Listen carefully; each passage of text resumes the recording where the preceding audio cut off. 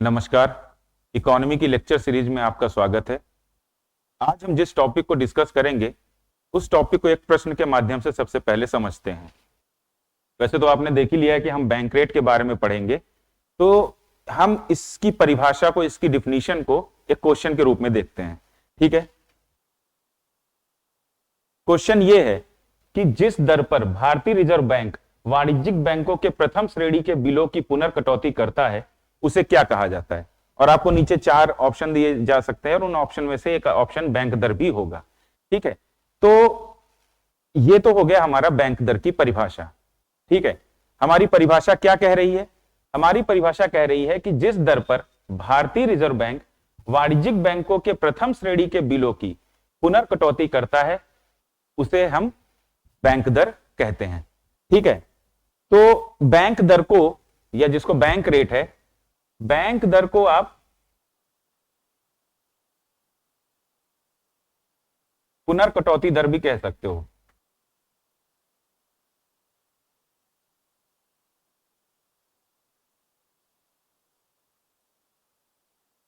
अब हम साफ देख रहे हैं कि भारतीय रिजर्व बैंक से वाणिज्यिक बैंक जो है बैंक दर पर ऋण प्राप्त करते हैं।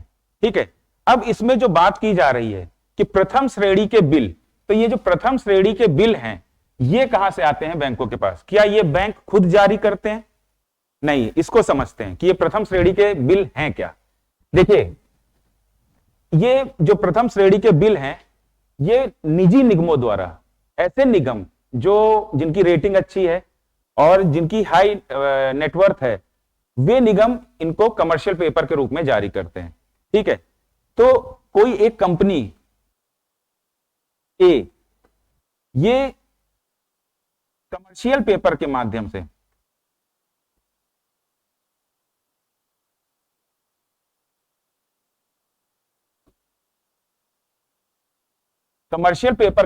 से बैंकों से अल्पकालिक ऋण,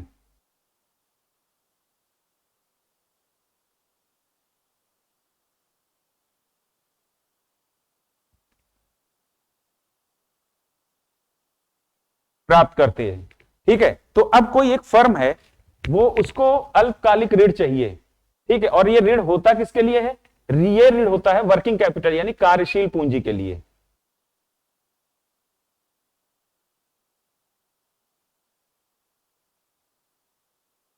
तो कार्यशील पूंजी के लिए अगर कंपनी ए को पैसा चाहिए तो वो कमर्शियल पेपर बैंक को जारी करेगा और बदले में बैंक उसको ऋण दे देगा। ठीक है, अब इसमें जो कंपनी है वो कंपनी हाई नेटवर्थ की होनी चाहिए।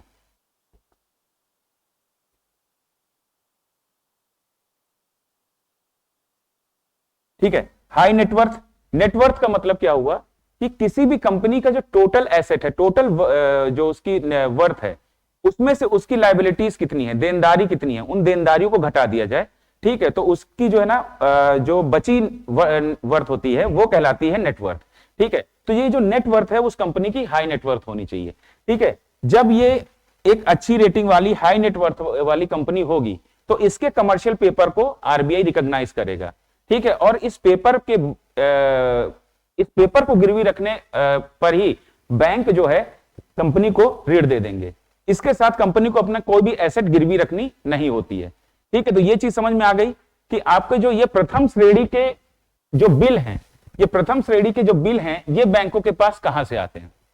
ठीक है, और इसमें जो है ना ये बैंक फिर उसके बाद इन्हीं प्रथम श्रेणी के बिलों को आरबीआई के पास गिरवी रखकर फिर वहां से जो है ना इनकी पुनर्कटौती के द्वारा अपने पैसे को निकालते हैं। ठीक है, तो ये चीज होगा कि पहले तो हमने देखा कि कमर्शियल पेपर के जरिए जो एक कंपनी ए है ये कैसे जो है ना बैंक से ऋण प्राप्त करती है। ठीक है, और वो ऋण कैसा होता है? अल्पकालिक ऋण होता है, वर्किंग कैपिटल यानी कार्यशील पूंजी के लिए होता है। ठीक है, आरबीआई भी इस प्रकार के ऋणों को प्रमोट करता है और बैंकों को प्रोत्साहित करता है कि वो कमर्शियल पेपर के बदले ज्यादा से ज्यादा ऋण बांटें, जिससे जो निगम प्रतिभूतियां हैं उनका बाजार और मजबूत हो सके। ठीक है, अब उसके बाद बैंक को बीच में मान लीजिए पैसे की जरूरत हो गई और बैंक अब क्या करेगा, बैंक को अगर बीच में पैसे की जरूरत हो गई तो बैंक क्या करेगा, बैंक इस कमर्शियल पेपर, इस सीपी जो उसको प्राइवेट कंपनी ने दी है, ठीक है, इस सीपी को ले जाएगा किसके पास, आरबीआई के पास, और आरबीआई इसको जो है ना परचेज करके और इसको जो है ना बैंक को पैसा दे देगा। अब ये पूरा प्रोसेस होता कैसे है, इसको हम एक डायग्राम में समझते हैं, ठीक है।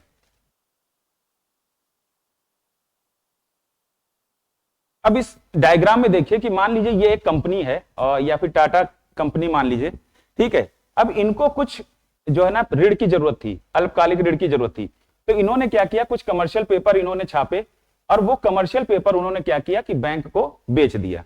अब देखिए कमर्शियल पेपर कितनी वैल्यू के हैं, 100 रुपए की वैल्यू के हैं, और स्टेट बैंक ऑफ इंडिया इसको कितने पे खरीदेगा, 96 रुपए पे, क्योंकि मैंने आपको पिछले लेक्चर्स में भी बताया है कि जो प्रतिभूतियों का लेन देन होता है वो कटौती पर होता है, ठीक है। तो जो बैंक है स्टेट बैंक ऑफ इंडिया पहले ही अपना ब्याज काट लेगा और 96 रुपए टाटा कंपनी को दे देगा, ठीक है। अब उसके बाद बीच में ही इस एसबीआई को कुछ पैसे की जरूरत हो गई, तो एसबीआई क्या करेगा, ये जो टाटा कंपनी के कमर्शियल पेपर हैं इनको वो आरबीआई को दे देगा, ठीक है। और आरबीआई इनसे जो है ना, अब आरबीआई भी प्रतिभूतियां खरीद रहा है, तो आरबीआई भी इसे डिस्काउंट पर ही खरीदेगा, और डिस्काउंट पे खरीद के मान लीजिए 100 रुपए फेस वैल्यू 100 रुपए है इन प्रतिभूतियों की, तो 100 रुपए पे आरबीआई जितना इंटरेस्ट चार्ज करता है, वैसे यहां पर 93 लिखा है, इसको आप जो है ना, यहां पर ऐसा नहीं कि एसबीआई को कुछ मिलेगा, नहीं, एसबीआई को मिलेगा, आप इसको 98 कर लो,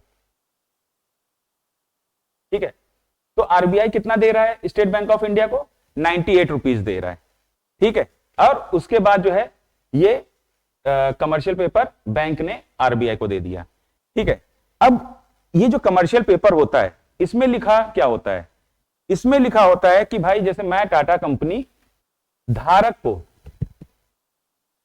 को इतने समय बाद, जैसे मान लीजिए 1 साल के लिए ले रहा है, क्योंकि अल्पकालिक ऋण होता है, इसलिए जो कमर्शियल पेपर के जरिए जो निजी कंपनियां हैं वो 7 दिन मिनिमम और अधिकतम 1 साल के लिए ऋण प्राप्त कर सकती हैं। तो अगर मान लीजिए 1 साल के लिए, तो इस पे कमर्शियल पेपर पे लिखा होगा कि मैं धारक को इसलिए लिखा होगा क्योंकि ये ट्रांसफरेबल भी होती हैं, हस्तांतरणीय होते हैं, ठीक है। मैं धारक को 1 साल बाद 100 रुपए अदा कर दूंगा, ठीक है। सेम चीज यही है। अब इसने जो है, अगर मान लीजिए इसने कमर्शियल पेपर को आगे नहीं बेचा है, तो 1 साल बाद यही कमर्शियल पेपर वापस 100 रुपए देकर टाटा कंपनी ले लेगी, ठीक है। और अगर इसने स्टेट एसबीआई बैंक ने आरबीआई को अगर ये बेच दिया है, तो फिर ये जो कंपनी है टाटा कंपनी, यही कमर्शियल पेपर आरबीआई से वापस खरीदेगा 1 लाख रुपए देकर। ये बात समझ में आ गई। तो ये क्या है, ये आपके क्या है, ये आपके प्रथम श्रेणी के प्रतिभूतियां हैं, और ये प्रतिभूतियां बैंकों के पास आई कहां से, निजी निगमों द्वारा। तो एक प्रकार की ये कैसी प्रतिभूतियां हो गई, निगम प्रतिभूतियां, ठीक है। अब हम देखते हैं कि अभी तक हमने क्या क्या सीखा। Bank rate, the rate of interest at which RBI lends to commercial banks against corporation securities, ठीक है। निगम करों के बदले जिस दर पर आरबीआई वाणिज्यिक बैंकों को ऋण प्रदान करता है निगम प्रतिभूतियों के बदले, इस चीज को ध्यान रखिएगा। कई जगह यह लिखा है कि बैंक रेट के लिए कोलैटरल की जरूरत नहीं होती, यह गलत है, ठीक है।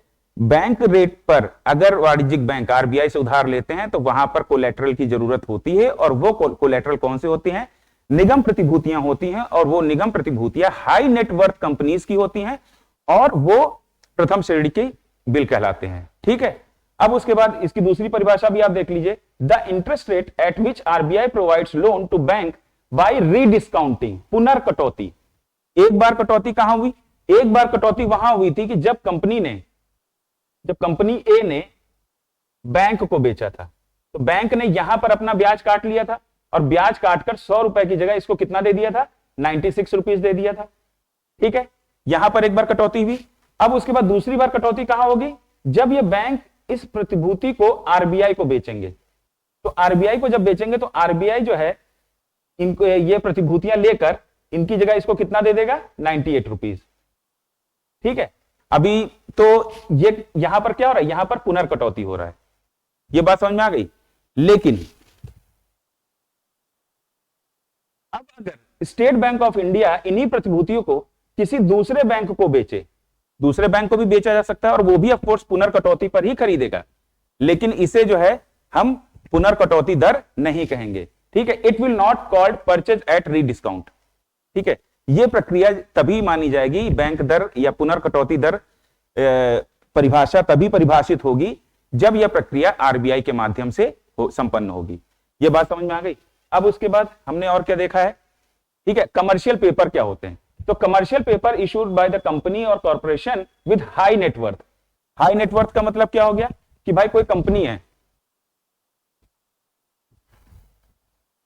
यहां पर कंपनी की वर्थ होती है, ठीक है। अब हाई नेटवर्थ, नेट का मतलब क्या हो गया, निवल, निवल संपत्ति कितनी है। तो अगर ये कंपनी है, किसी कंपनी ए का, ये ए कंपनी है और इसकी वर्थ है, तुम्हारी टोटल एसेट है वो 100 रुपीज है, ठीक है। और इस कंपनी पर देनदारी कितनी है, देनदारी मान लीजिए 60 रुपीज है, तो इसका जो नेटवर्थ होगा वो क्या होगा, 40 रुपीज होगा, ठीक है। तो ये जो नेटवर्थ है वो हाई नेटवर्थ होना चाहिए कंपनी का, ठीक है। तो ये कमर्शियल पेपर हाई नेटवर्थ वाली कंपनियां ही जारी कर सकती हैं, पहली चीज, ठीक है। दूसरी चीज, कमर्शियल पेपर जारी किसके अगेंस्ट होते हैं, शॉर्ट टर्म लोन्स के लिए, अल्पकालिक ऋणों के लिए कमर्शियल पेपर जारी होते हैं।